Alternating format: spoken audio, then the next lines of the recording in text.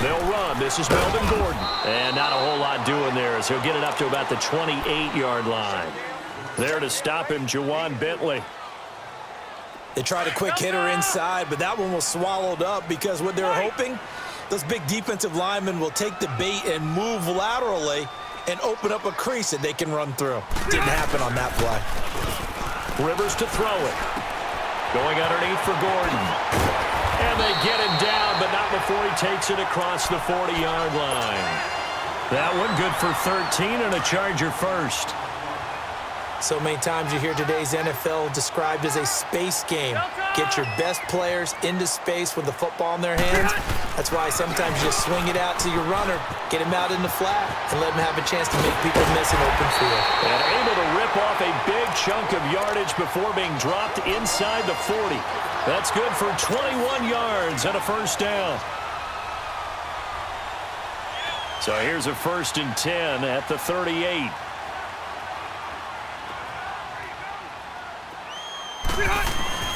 Now a play fake here on 1st down. Caught left side, Williams. And he's going to get this down near the 20-yard line. 17 more yards on that one as they keep the drive rolling.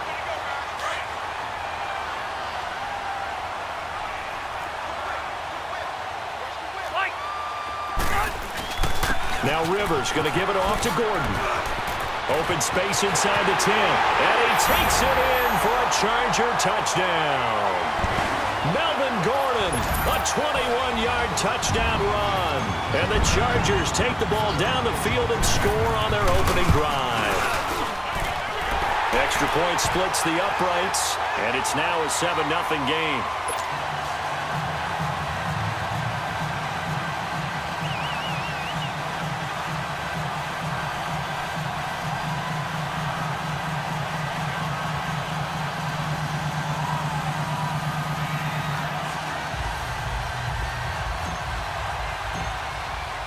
The kickoff unit is out on the field, and they will send this one away.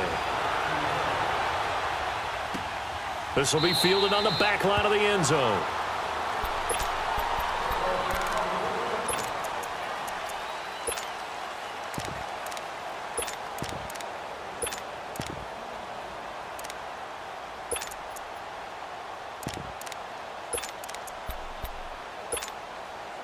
Brady and the Patriots now 1st and 10 at their 25-yard line.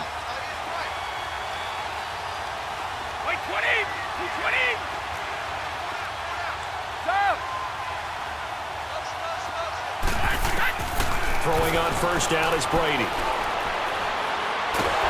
Chargers able to get the pressure and bring him down.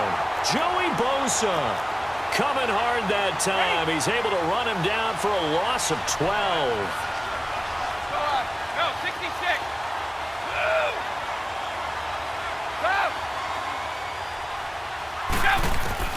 Now Brady throwing on 2nd down. He rifles one that's intercepted. Picked off by Jason Verrett. And they'll start with great field position at the 41-yard line.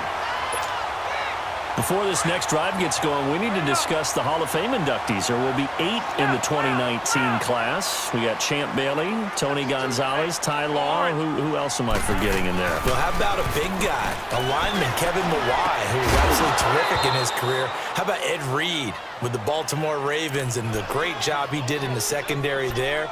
Pat Bowlen, Gil Brandt as contributors, the owner of the Broncos and the longtime scout with the Cowboys.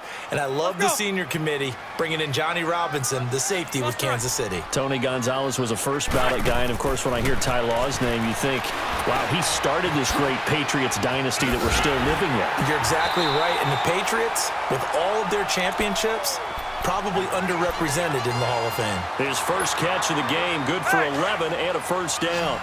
So 1st and 10 now from the 30.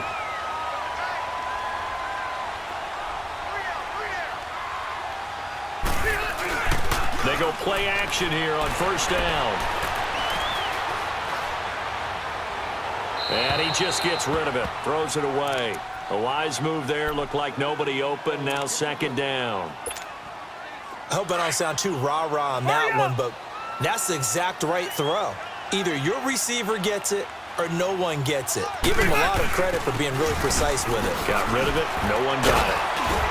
About 3 yards there to the 27. And that's one of the reasons you like to blitz even on rundowns. It confuses the blocking assignments. It doesn't allow those offensive linemen to get up to the second level.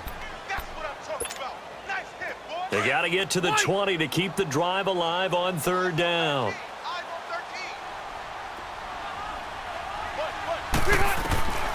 Working out of the gun, Rivers. Flush to his right. And he's taken down, trying to do a little too much, getting outside of the pocket, and it results in a sack. John Simon in there to get him for a loss of 9, and that'll lead to fourth down.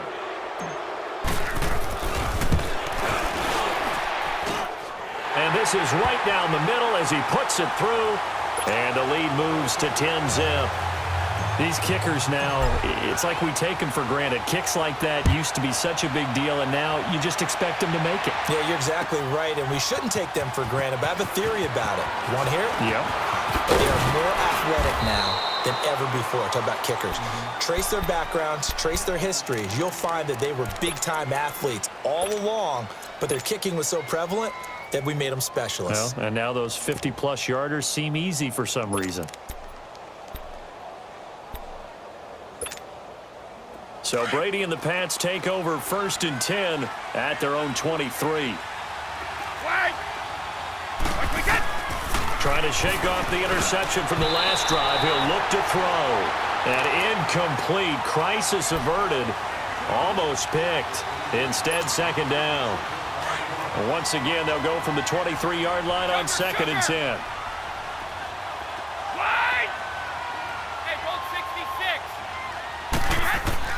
Looking back to the air on 2nd down. It's Brady. He's going to air it out for Dorsett. And incomplete there. A nice hit. Jars the ball free and brings up 3rd down.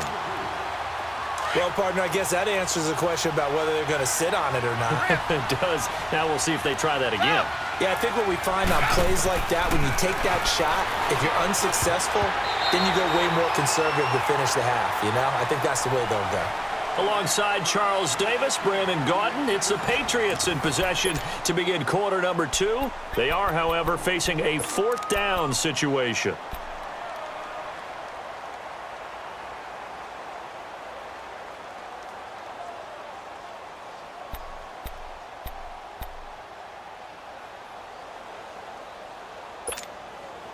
Now 3 straight incompletions, they don't care. That hasn't dissuaded them. They're going to go for it on 4th. Stop! Wait!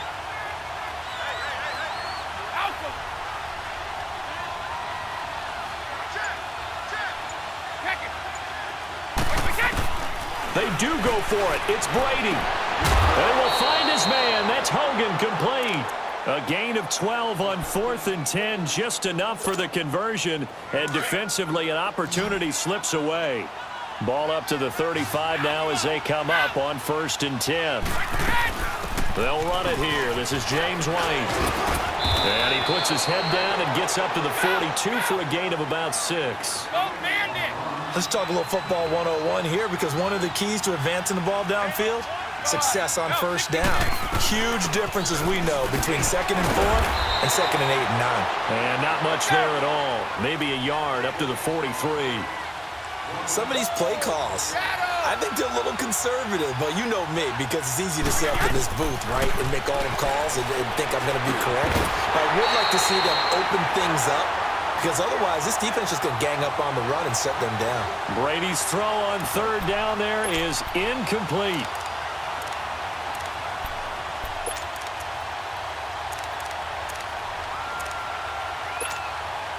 And how about the call here? They need 2 yards in their own territory on 4th down, and they're going to go for it.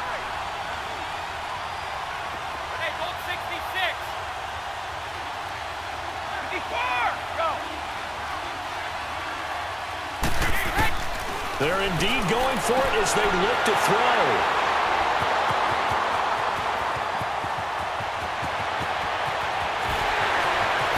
And he brings this one back. It's a pick 6 and a Charger TD. So they go on 4th down. Not only do they not get it, it turns into 6 points the other way. Disastrous. And many people think you should just go ahead and knock it down in that situation. Turn it over for the offense. But I had a defensive coordinator recently tell me, we see that as a passive play. We don't do that anymore. We want the ball in our hands, and we want to head the other way. It's probably also instinct a lot of times. If you see a lot of green grass ahead of you, go ahead and grab it. It's the exact right play to do. That's knowing when to break the rules and when to make a play that maybe you hadn't been taught. While we have a second here, let's peek back to the Super Bowl. The lowest scoring Super Bowl, Charles, in history, 13-3. And it took us 53 minutes to get our first touchdown of Super Bowl 53. Can you believe they went into the half 3-0 New England? Stephen Gostkowski with a field goal. Then they and that's caught inside the 35. A big play. Brady to Gronkowski. 52 yards. Nothing conservative about that play call. You said earlier in the quarter you wanted to see them open things up, maybe take some shots downfield. There you go. Yeah, and that one was successful. But even if they're not successful, when you take those shots down... And Brady going to be intercepted a third time. Picked off by Casey Hayward. Through an opening, and there he goes. And he brings this one back. It's a pick